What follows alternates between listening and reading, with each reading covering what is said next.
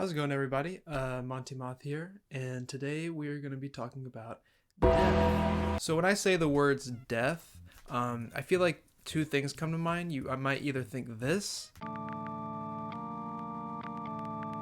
or this. Bottom line is that we all think of death in a different way. Some view it as a celebration, while others view it as a mourning. We tend to put some connotations and emotions associated with this abstract force of death, and that's kind of similar to where we like to also personify it in a way. And as humans tend to do, we really like to come up with goofy little goobers to personify forces that we don't fully understand. Enter the Grim Reaper. The Grim Reaper, I'm sure you've heard of him, is a personification of death. And so I was, not gonna lie, watching Puss in Boots 2 and thought it was a really cool movie. And the Big Bad Wolf inspired me to make this video. I've always found the idea of personification of death being really interesting. I've always seen it in movies, television, books. However, if you dive into the ancient interpretations before the Grim Reaper of the personifications of death in different cultures, it's really, really cool. And I love folklore, so I really wanted to make a video about it. So that's why I thought it'd be kind of cool to make a little series of videos about this personification of death before the Grim Reaper in different world regions and with the Abrahamic religions. The Abrahamic religions are basically just the major world religions that have to do with this old fart. And so I feel like it'd be a cool idea. So we're going to get into it. But as a disclaimer, before everything, I cannot cover every single interpretation of death. I found that out really quickly, that there's a lot of them. You could consider this an iceberg, but it's kind of unofficial because I'm lazy to make one of those. And yeah, but you can consider it one if you want. We're going to start off with like the higher up ones, like the Grim Reaper, and we're going to go down into your more not as well known to the normies, myself included. And yeah, that's going to be really the idea of this. Again, we're breaking it up into three because there's a lot. So in this video, we're going to be focusing on Europe because this is where the Grim Reaper kind of originated. As always, research if you're really interested in one of these figures. Because the thing is that I did cover and try to cover as much as possible with these figures, but with your older cultures, a lot of them didn't really write stuff down, and it was mostly just stories told down by mouth or by word mouth. Because the fact is that a lot of your ancient civilizations didn't really write stuff down, so it's kind of lost in history a little bit on the specifics of some of these figures. And once the world religions took over, primarily Christianity, especially in Europe, a lot of it was lost. So I would just research it as much as you can. And yeah, I think it's going to be fun. So as always, thank you so much for watching. It's really awesome that you're here. And yeah, I hope you enjoy this. So starting off, we're going to do Western Europe and the Benelux countries. One thing that's going to be fun about this video is that I'm going to be saying a lot of words I don't really know how to say. Really, the countries encompassing these two regions are really most of Europe, but really we're talking about Germany, Netherlands, Belgium, Luxembourg, Austria, Switzerland, France, Monaco, Liechtenstein, and Italy. Also with Spain and some of Portugal. Also, one thing to keep in mind is that a lot of the people in these countries believe in this, but they kind of mishmash. If you look at Europe, a lot of the countries are all together. So there's going to be a lot of different beliefs in each country, but these are just the major ones you'll find. Going back in time, this culture was really influenced by what is known as the Black Death. I'm sure you've heard of it. It was talked about in history a lot. The thing about the Black Death is that it killed a third of Europe's population, and the number varies of the exact population of deaths, but really it ranges from 25 to 75 million people. So, needless to say, death was pretty normal at that time.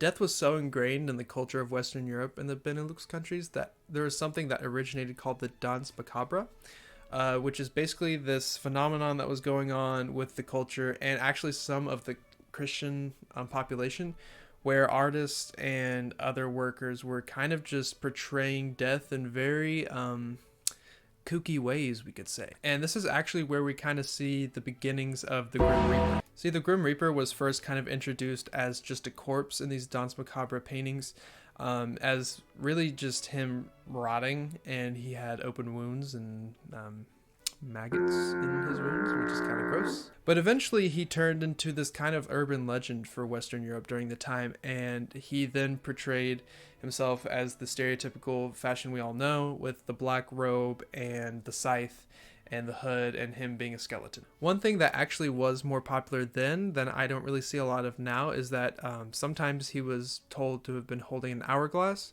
and that hourglass represented basically your time. And as soon as that went out, he was there to, you know.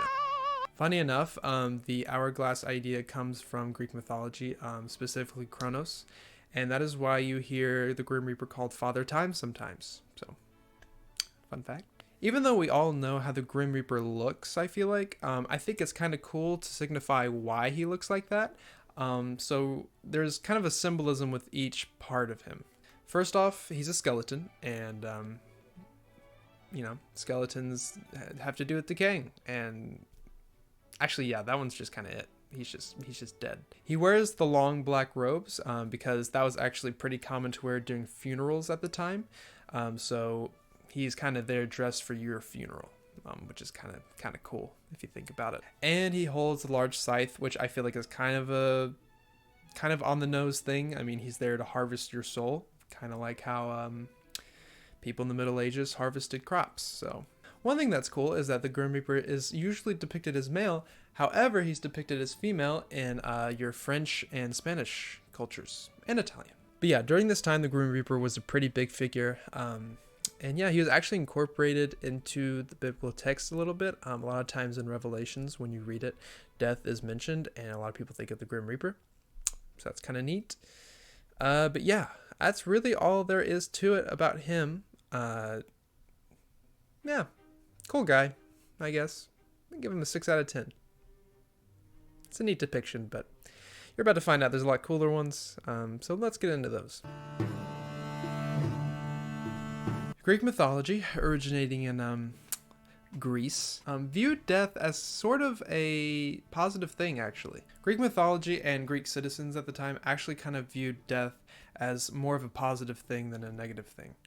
They viewed it as sort of the next step to their lives. This is where we enter the personification of death for Greek mythology, or I guess you could say the god of death, Thanatos. One of the twin sons of Nyx, the goddess of night, and the brother to Hypnos, the god of sleep. Thanatos worked under Hades' command to basically bring in people's shade, or soul, or spirit, or ghost, and to bring it into Hades. Funny enough, Thanatos is really not depicted a lot in Greek mythology, at least appearance-wise, but he is referenced a lot, especially in the Iliad in Book 16. In the Iliad, Thanatos is brought up when one of Zeus's sons, Sarpedon, is killed in the Trojan War, and due to Zeus's grief, he asks for Thanatos and his brother Hypnos to pick up Sarpedon and pretty much bring him to a peaceful death.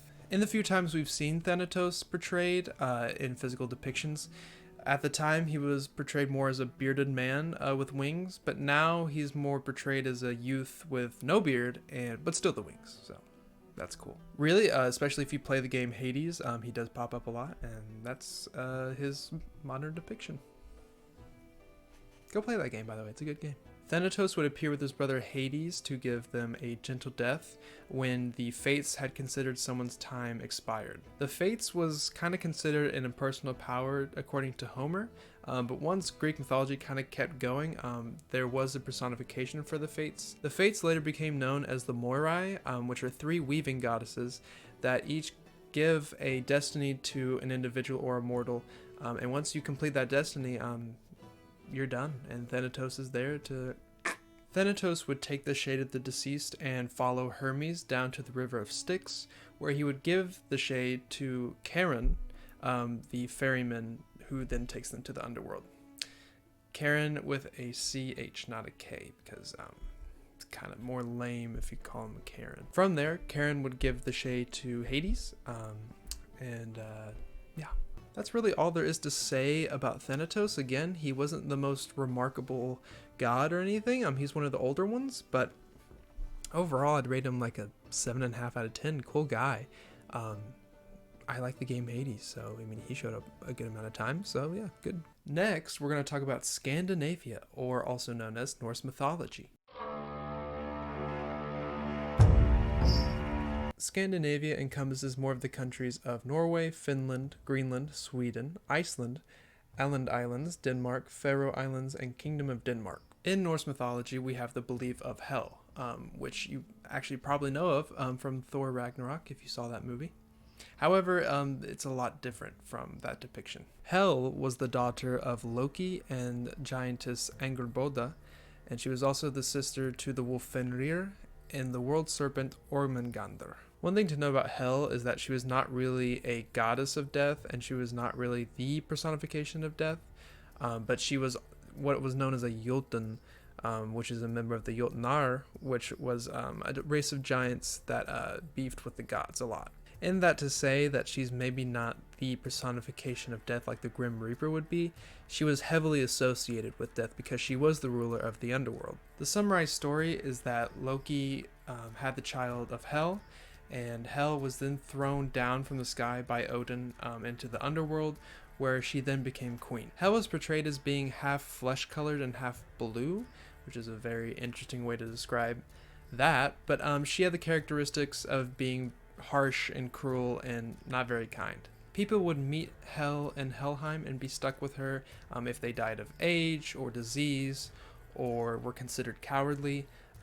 Pretty much any death besides a glorious battle. I do want to give a brief description of the process of going to meet Hel, because it is probably one of the gnarliest ways to have your soul be taken.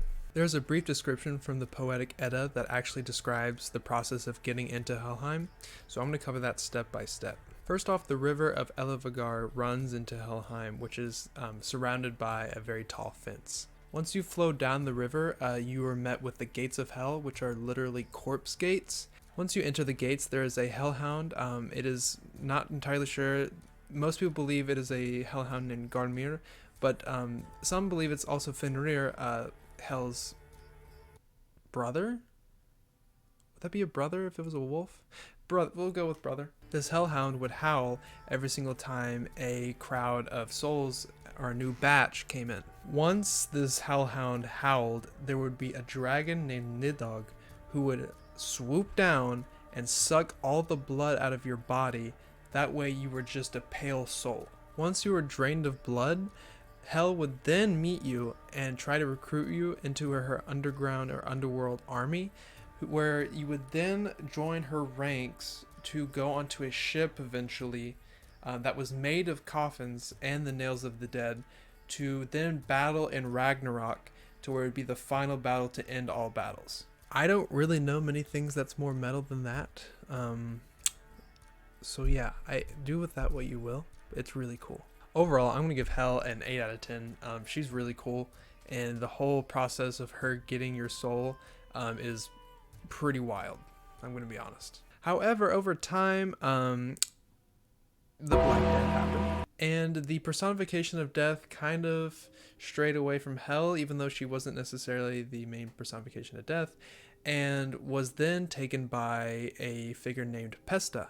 And one thing that's neat about Pesta is that she's not only a personification of death, but she's also a personification of the Black Death itself. Pesta would appear as an ashen-faced old woman who would usually be wearing a blue or a red robe. It kind of differed on different accounts, but she was always carrying a broom or a rake and wandering the countryside. The legend goes is that Pesta would go from town to town, and if she was holding her rake, that meant that some people would survive the plague in that town, and if she came into your town square and started sweeping with her broom, you guys were all dead.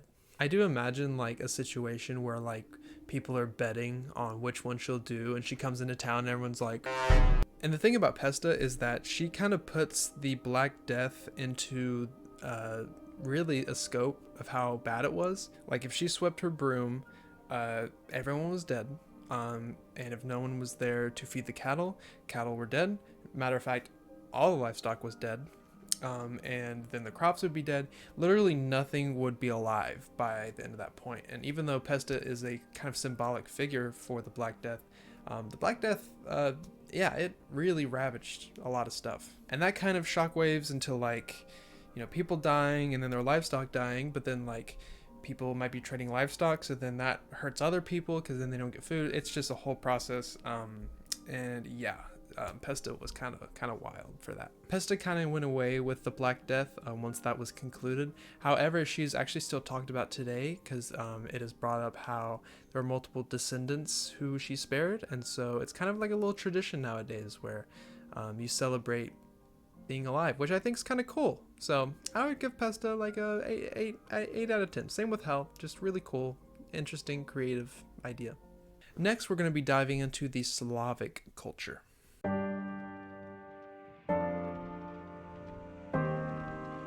The Slavic culture encompasses the countries of Belarus, Bosnia, Montenegro, Poland, Russia, Serbia, Slovakia, Slovenia, Herzegovina, Bulgaria, Croatia, Czech Republic, Macedonia, and Ukraine.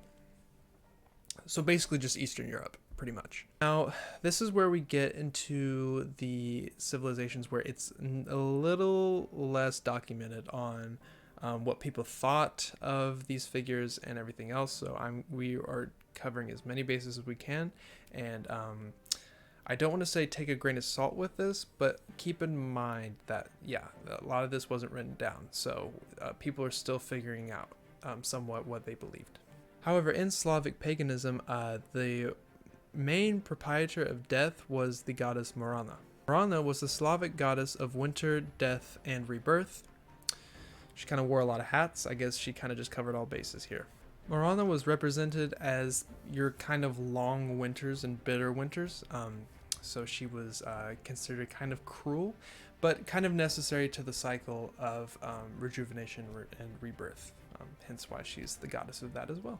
Morana was depicted in 2 different ways, along with a lot of the people in our mythologies, but you can choose between the 2. With one of them, she was depicted as a young woman who wore white clothes, but she had the breath of ice and was just literally the physical embodiment of winter. So that's cool. But she was also portrayed as a older woman, decrepit woman, so carrying a scythe. So one of them is a lot cooler than the other, in my opinion, but you choose. When the time of year came around for winter time and for crops to die off and cattle to be challenged with all the harsh conditions, men would hold traditions and rituals around their house where they would basically walk around their homes and chant, and hopefully that would scare off Morana.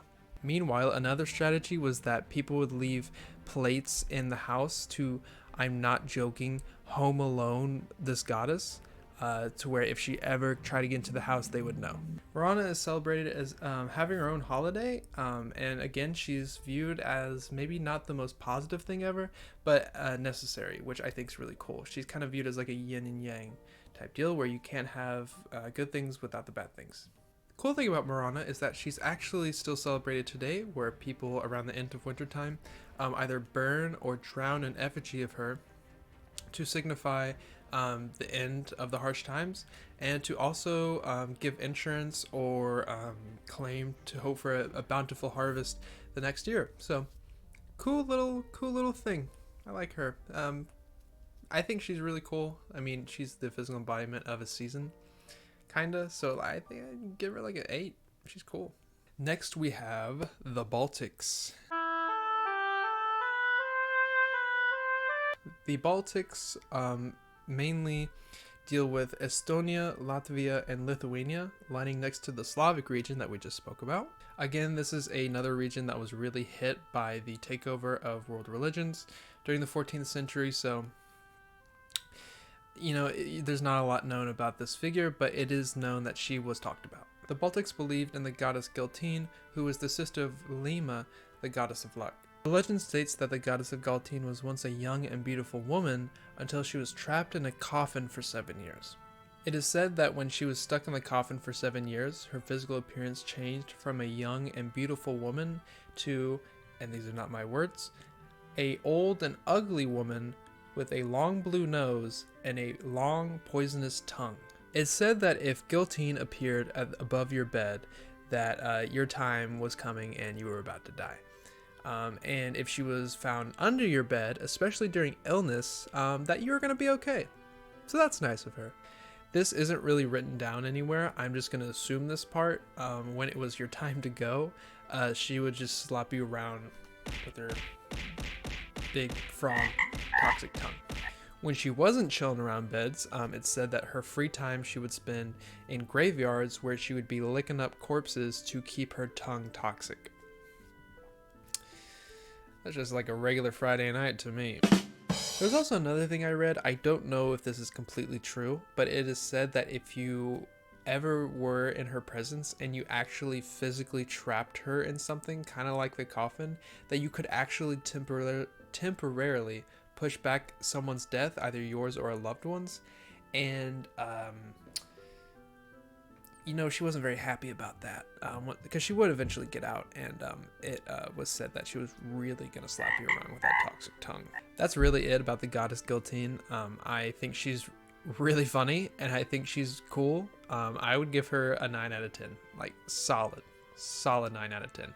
And finally, we get to one of our last regions, the Celtic mythology, or Celtic region.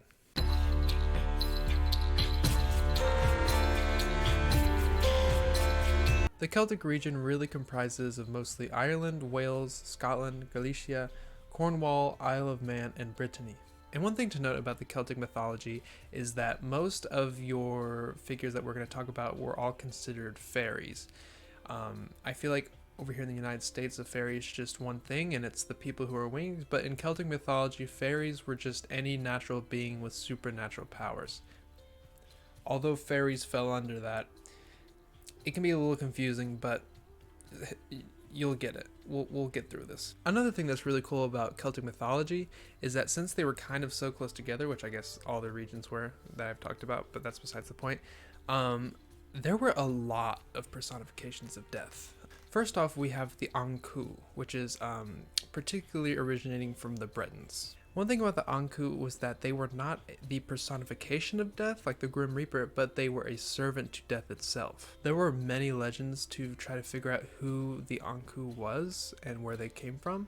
There's one story of a prince being pretty brutal, and he would be hunting his grounds during a Sunday, which is when he should have been worshiping.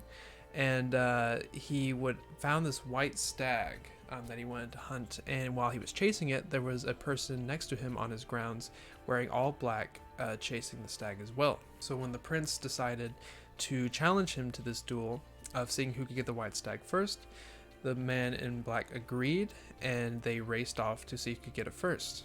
Now, as you could imagine, the person in black completely dusted the prince, and when the prince found that the man in black had seized the stag before him, he got extremely upset, saying that he was cheating, and asked his guards to capture him and pretty much imprison him or kill him. Before the guards could get to him, however, the man in black revealed himself to be Death, which I'm sure is not that big of a shocker. However, he did state to the prince, since you like to hunt so much, why don't you work for me? And the prince became the Ankou. However, it's the common consensus is that the Ankou is actually not necessarily only one person, but it actually changes every year. The first person to die every single year becomes the new Ankou and serves for the rest of that year, tending and harvesting souls of people who are about to go. And then, especially during Yuletide and New Year's, they would come by and take more souls, and then the first person to die the next year would then become the new Ankou. I am imagining just the Ankou being like a 9-to-5 job where it's like you come in and do what you got to do, and then New Year's you got a new guy coming in, he's covering your shift, and you're like, all right, I'll see you later. I'm going to the underworld now. I'll check you out later. Getting back on track, the Ankou is seen as a tall and decrepit figure who has very long white hair and a wide hat, and carries a scythe with them. So literally just think Bloodborne. Just think Bloodborne. The Ankou drives a creaky wagon pulled by 4 black horses and goes from house to house searching for a new victim to replace him the next year. It is said if you hear the squeaking of wagon wheels outside your home at night to hide as best as possible, because the Irish proverb does say when the Ankou comes, he does not go away empty-handed. Overall, that is really all that's said about the Ankou. I think he's pretty neat. I would give him a 7.5. Cool guy. Next, we have the Dullahan, which is one of the coolest depictions I'm going to tell you right now, and they originated with the Irish. Being pretty much the original headless horseman, the Dullahan rides around on a black horse that spews flames out of its eyes and nostrils and rides around furiously. The Dullahan is missing their head, so they hold it under their arm, and they ride around, and the Dullahan holds up his head kind of like this to pretty much survey the area and search for souls that he's wanting to take. It is said that the head is pretty gross. It's rotting, and it has the complexion of stale dough and the smell of stinky cheese. Or rotten cheese. I like stinky cheese more. And it is said that the head has a piercing grin from ear to ear, and the eyes are glowing, looking from side to side for its next victim. It is said that the Dullahan journeys at night, particularly after feasts and festivals, and looks for their next victim and can only say one name during their journey because they can only take one person with them. The bad news is that if there's a Dullahan that states your name during their journey, there's literally no escaping it. You can't lock doors, you can't hide anywhere, because apparently it can hold its head up and see where you are, and it actually has magic to unlock doors, which is just kind of OP. The good news is that if they do not say your name, you are safe from dying. However, if you run across their path or look into their eyes while they're doing anything, they will either whip you with a spinal cord whip that they have, or they will dump you with a bucket of blood into your eyes, and you will go permanently blind for the rest of your life. So you're literally getting kid choice towards slimed by an Enderman. Really, the main way to prevent yourself from being called by the Dullahan is their one weakness, which is actually gold. That is why a lot of Irish families back in the day actually had gold in bowls and stuff in their house to protect themselves. Overall, I think the Dullahan is really cool. I would give him like a 9.5. There's a reason why there's so many new myths and tales about him, since everyone can remember. So yeah, I mean, super cool guy.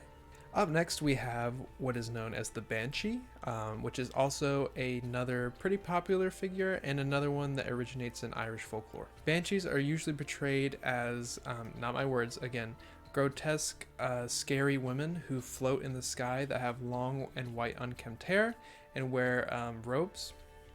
And they usually fly around and are harbingers or messengers of death. The way they would message you about their death is that they would literally fly under your window and scream a piercing scream that was like hollowing and so blood curdling that you would be like, oh, I'm about to die. This is believed to originate with the old Gaelic legends of banshees actually communing together to signify a death of a holy person or an important figure. The process of this kind of lamenting is called keening, which was actually a pretty popular practice with funerals in Irish times. Another legend about the banshee is that sometimes you would hear a fairy woman keening in the woods near your home, and that would usually mean that they were kind of letting you know that there was a death in the family, even if you didn't know already yet.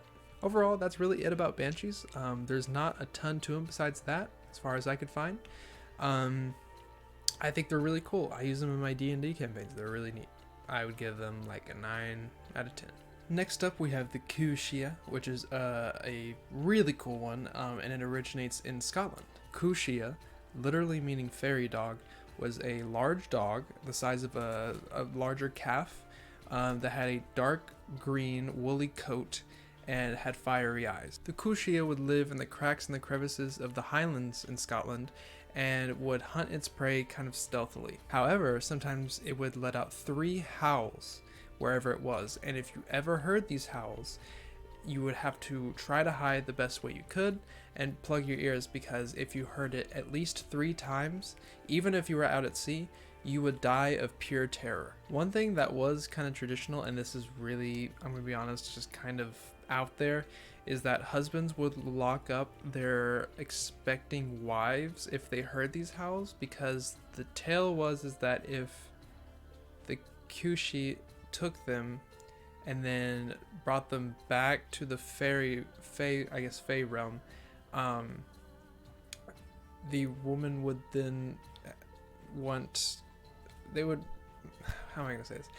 The woman would then have to give milk to the fairy folk, or the children of the fairy folk. Yeah, so that's kind of out there. But I love the dog though. So 10 out of 10, no notes, love it. Finally, we get to the final figure in Celtic mythology, Gwyn ap Nudd.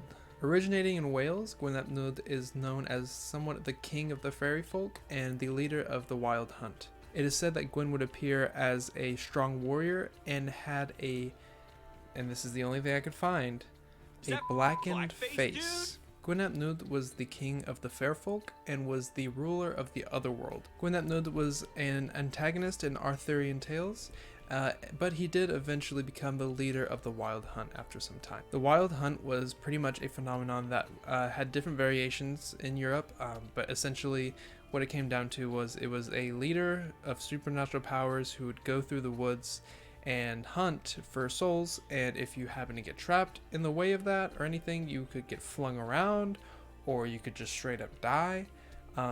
It was a wild occurrence, but he was the leader of it, according to Welsh beliefs. Gwyn ap Nudd would hunt with a pack of red-tipped, essentially dogs, and would go around looking for souls, and he would take yours if you were in the path. It is also said that if you heard the yelping of Gwyn's dogs, that there would be imminent death in the family, sort of similar to a banshee. It's really all I could find on Gwyn ap Nudd. He's a cool character. I think he's really neat. I would give them a 8 out of 10. 8.5 actually, let's do 8.5. And that about wraps it up for Europe. Again, that was just the big hitters that I could find. There are definitely more, and if you were really interested, I would look into it. I want to thank you again for watching this. I'm not gonna lie, this was a lot to research, and I don't even know if I still covered all the bases for all of them, but I definitely tried my best, and that's all you can do. And as I stated earlier, watch out for part 2. We're trying to get it out. I'm gonna try to get it out in like 2 weeks. But we're mostly going to be covering the other regions of the world, like Latin America and Asia. But after that, we'll be talking about the religions, and we'll be wrapped up. I've really enjoyed making this so far. It's really cool to see all the mythologies together. It's also really cool to see how a lot of regions kind of influence each other based on their beliefs. Notably, the Greek mythology tying in with the Grim Reaper.